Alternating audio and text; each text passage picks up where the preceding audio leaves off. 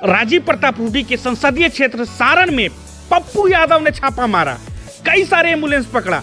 उसके बाद आज प्रेस कॉन्फ्रेंस किया है। उसके पहले राजीव प्रताप रूडी ने पप्पू यादव को बड़ा चैलेंज दिया था। वो क्या कुछ कह रहे थे ये भी पहले सुन लीजिए, उसके बाद देखिएगा प्रेस कॉन्फ्रेंस का असली मजा क्या है। पप्पू यादव अपनी राजनीति में मधेपुरा से छपड़ा चले आए। उन्होंने एम्बुलेंस देखा।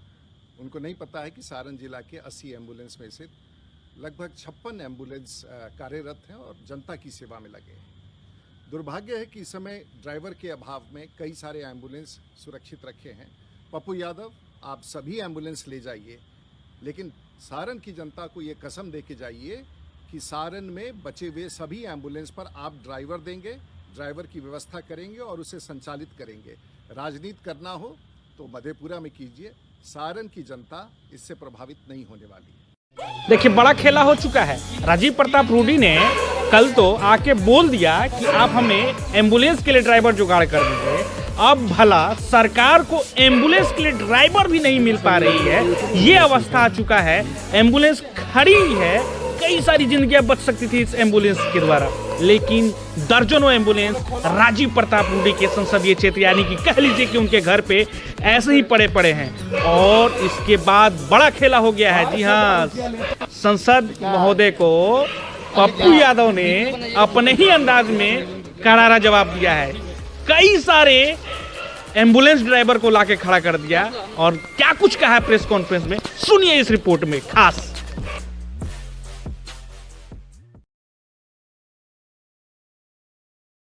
बीजेपी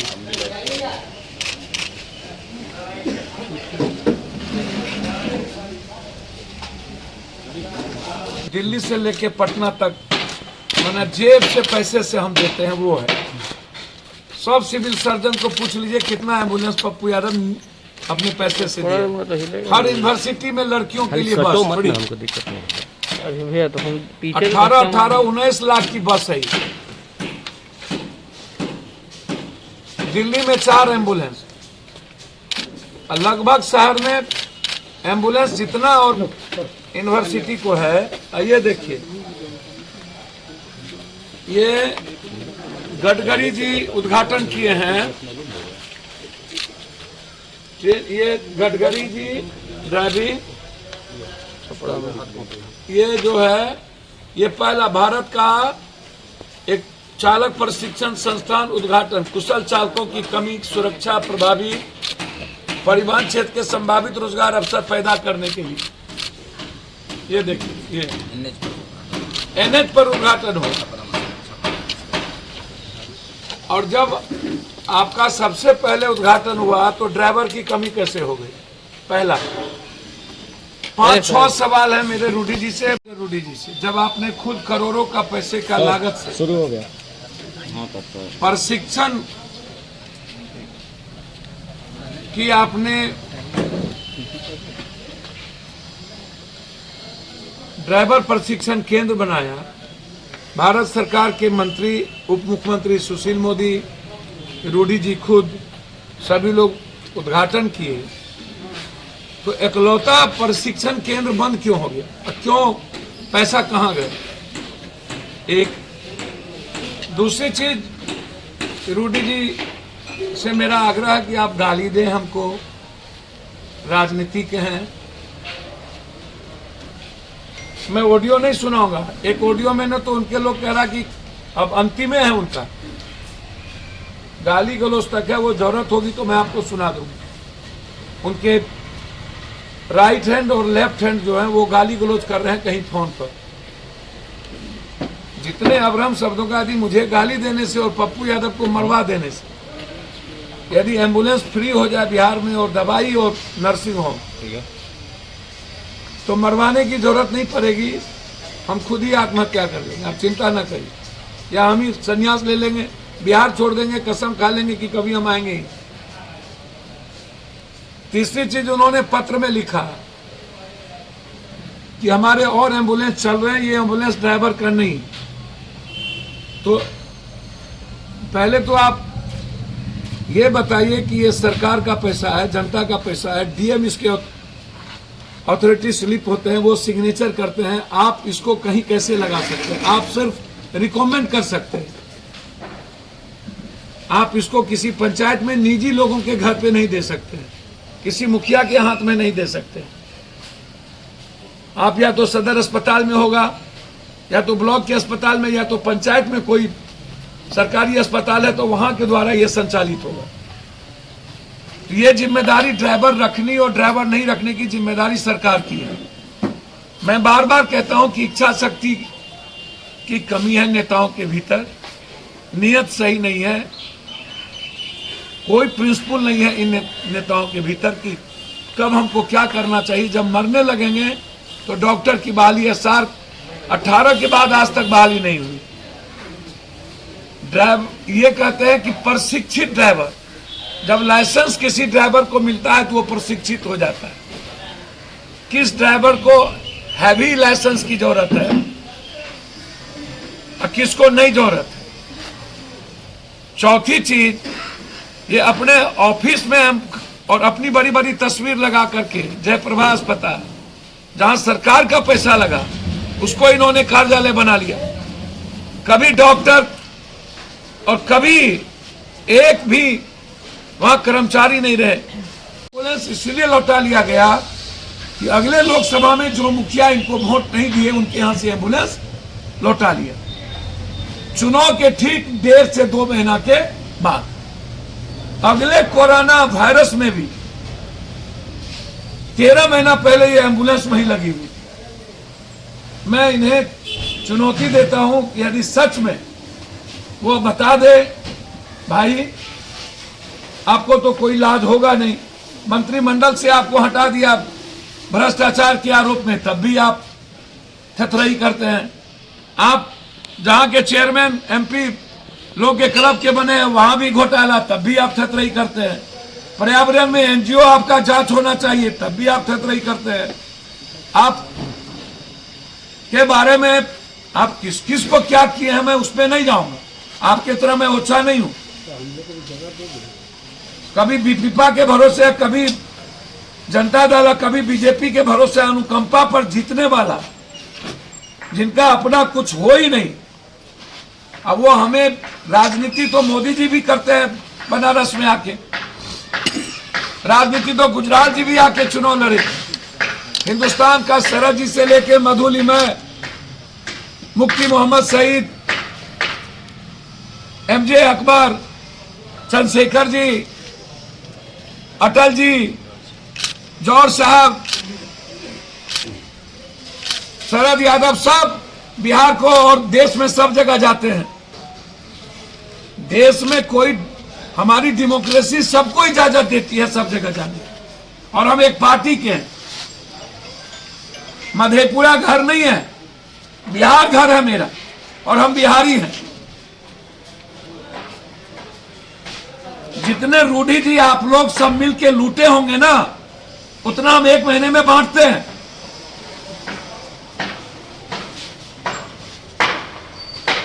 एम्बुलेंस की बात करते हैं, छपरा में जितनी घटना घटी, पप्पू यादव ने 50,000 से लाख रुपया पहुंचाए, और वो सारे प्रूफ के साथ। आप एक भी मर्डर और घटना में आज तक नहीं गए, लिस्ट फिरहस्त है। हमारी कोई निजी दुश्मनी नहीं है, लेकिन मेरा सवाल है कि जो एम्बुलेंस का पैसा आपने चलवा के लिया वो कहां रखा? एफआईआर होना है, वो आप निजी पैसे कोष में नहीं रख सकते थे। सरकार का पैसे का गबन हुआ है, तो जब सरकार के पैसे का गबन हुआ तो एफआईआर होगा ना, इंक्वायरी होगी ना। और जब आपको ड्राइवर नहीं हो सकता, मोदी है तो मुमकिन है, तो फिर आप रिजाइन कर दीजिए। कर दिया, आशीर्वाद दे दिया कि आप 3 बार सांसद हो गए, और वो भी इसीलिए सांसद हुए कि लालू यादव जी के कारण। ये 2 धारा के बीच आप सांसद हुए, नहीं तो आप किसी कारण से नहीं होते, राजद के कारण।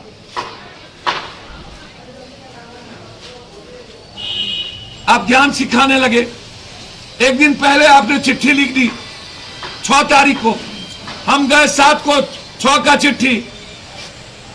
ये डीएम पर भी इंक्वायरी होना चाहिए कि ये चिट्ठी कब गई। 1 साल 1.25 साल से लगी हुई एम्बुलेंस, तब चिट्ठी नहीं।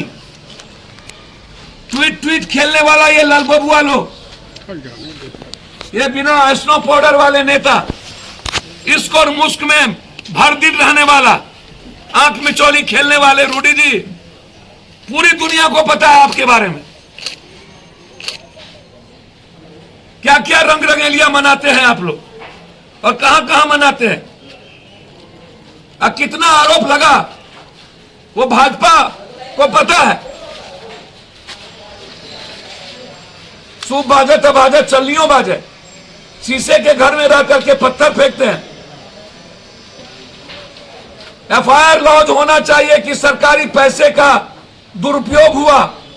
सरकारी पैसे का एम्बुलेंस निजी घर में क्यों? सरकारी पैसे का एम्बुलेंस का पैसा कहां गया? और जिस सरकार को, बीजेपी की सरकार है, जिस सरकार को ड्राइवर देने की और एम्बुलेंस के बगैर पूरा बिहार में लोग मर रहे हैं। पूर्णिया से सिलीगुड़ी 24,000, पटना 30,000, दरभंगा से पटना 16,000। क्यों खोले आप ये? क्यों खोले? ट्रेनिंग कॉलेज खोलने की जरूरत क्या थी? और सरकार कहां सोई हुई थी? इससे पता चलता है कि सरकार बिहार को मारने में, बिहार की जनता को मारने में कोई कसर बाकी नहीं रखा। पटना में 1 किलोमीटर का एम्बुलेंस 12 किलोमीटर, 12,000, और इंटर क्रिमिनल एम्बुलेंस चलाता है माफिया, गोली बारूद होती है। क्यों 18 रुपया? सरकार से मैं मांग करता हूं कोरोना पेशेंट को एम्बुलेंस फ्री किया जाए, कंप्लीट फ्री किया जाए। लोग जिंदगी और मौत की जिंदगी जीते हैं, जिंदगी तबाह हो चुकी, पैसे नहीं है घर में, लेकिन एम्बुलेंस वाले जब तक पैसा नहीं लेते तब तक लाते नहीं और रास्ते में मार देते हैं। इनसे पूछिए कितने दिनों से वहां एम्बुलेंस लगा। और आज अभी हम आग्रह करेंगे, हमारे नेता प्रेमचंद सिंह जी तैयार हैं 40 ड्राइवर को लेकर के लाइसेंस के साथ। कहां पर ड्राइवर भेजा जाए? प्रेमचंद सिंह जी का नंबर हम ओपन करने जा रहे हैं। 933-4123-702 933-4123-702 जहां भी सरकार का एम्बुलेंस ड्राइवर के बगैर खड़ा है, आप प्रेमचंद सिंह जी को टेलीफोन करें, ड्राइवर मुहैया ही करें। हमारे ड्राइवर सारे तैयार हैं। किस वक्त रूडी जी को ड्राइवर चाहिए, प्रेमचंद सिंह जी को फोन कर लें, उन्हीं के परिवार, उन्हीं के घर के। हमारा कोई मतलब नहीं था रूडी जी को आहत करने का, मैं दिल से कह रहा हूं। हमें जानकारी मिली वहां एम्बुलेंस लगा था, मैं चला गया, जबकि मैंने पहले ट्वीट किया और कल प्रेस कॉन्फ्रेंस में बोला, और तब वहां से एम्बुलेंस को पीछे लगा दिया गया। हमें जानकारी मिली कि वहां एम्बुलेंस है, इसीलिए हम गए। हम रूडी जी हमारे लिए टारगेट नहीं हो सकते। और जो व्यक्ति हर पेशेंट को उठाता हो, छूता हो, जिसकी जिंदगी मौत के साथ जूझती हो, राजनीति क्या करेगा? जो हल पल शमशान जाने की तैयारी करे। और अब तो उनके लोग धमकी दे रहे हैं कि उल्टा गिनती शुरू हो गया पप्पू यादव। जब वो जरूरत होगी तो वो ऑडियो में दूंगा आप लोगों को। आज मैं सिर्फ इतना कहूंगा कि इंक्वायरी, पैसे का गमन, सिविल सर्जन पर केस, और संबित पात्रा जी बताइए, पप्पू यादव के पास 2 वेंटिलेटर था, मेरे अपने पैसे के बपोती तो आपके पेट में दर्द हो रहा था, जल्दी अस्पताल भेज दीजिए, जबकि 6-6, 7-7 वेंटिलेटर अस्पताल में भेजा हुआ हूं। जहां से इमरजेंसी होती है पप्पू यादव भेजते हैं, और क्लियर है, मेरा फादर हो या कोई, मोदी जी हो या नीतीश जी, जब सिस्टम के द्वारा इंसानियत और आम आदमी को मारा जाएगा तो पप्पू यादव मरने की तैयारी करेगा। हमें मरने से कोई डर नहीं, इसका जवाब दे दें। नीतीश जी से आग्रह करेंगे इसकी पूरी इंक्वायरी हो। एमपी लैड्स का गाड़ी घर में कैसे, प्राइवेट जगहों पर कैसे, और ये सारे ड्राइवर तैयार, लाइसेंस ड्राइवर है, अविलंब इसकी सरकारी नौकरी लगे। सरकार जहां कहेगी सरकारी नौकरी के लिए हमारे ड्राइवर जाने को तैयार। और कुछ पूछना हो तो अधीक्षक। उन्होंने एक लेटर जारी किया, उन्होंने कहा कि हम एक दिन पहले जो है वो, उन्होंने सब कुछ लिख दिया है कि मेरे पास कुछ नहीं है, ना आउटसोर्सिंग है ना कुछ है, इसलिए मैं नौकरी में नहीं रह सकता। यह बात बेतिया के भी कहे, तो अब जब एक भी पदाधिकारी रहने को तैयार नहीं है इनके यहां,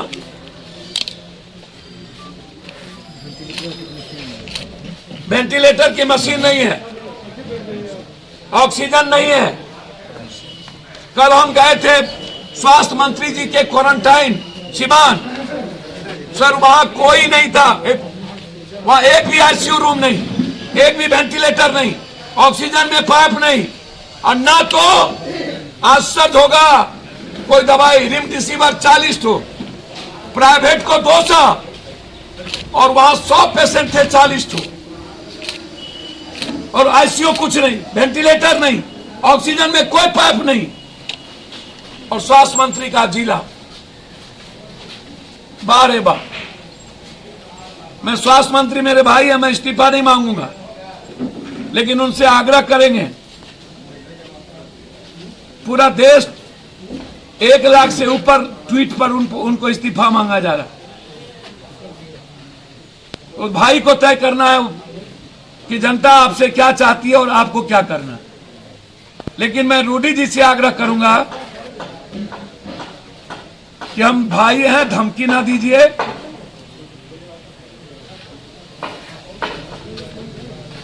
हम छपरा भी लड़ सकते हैं, हम सीमान भी लड़ सकते हैं, धमकी ना दीजिए।